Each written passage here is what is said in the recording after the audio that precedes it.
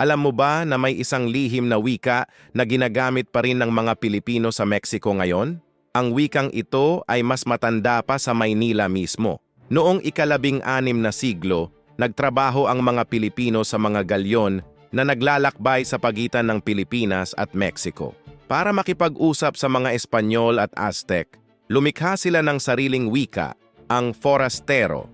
Pinaghalo nila ang Tagalog, Espanyol at Nahuatl. Ang kahanga-hanga dito, may mga pamilyang Pilipino sa Mexico na nagsasalita pa rin nito hanggang ngayon. Ginagamit pa nila ang mga lumang salitang Tagalog na nawala na sa Pilipinas. Ang kanilang paraan ng pagbilang ay pinagsama ang tatlong sistema ng numero. Ang kanilang mga salita tungkol sa pagkain ay naging simula ng Mexican-Filipino fusion cuisine.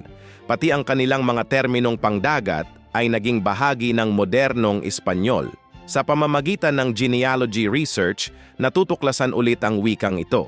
Tumutulong ito sa mga eksperto na malaman kung paano talaga tunog ang mga sinaunang wikang Pilipino, isang tunay na treasure ng aming kasaysayan.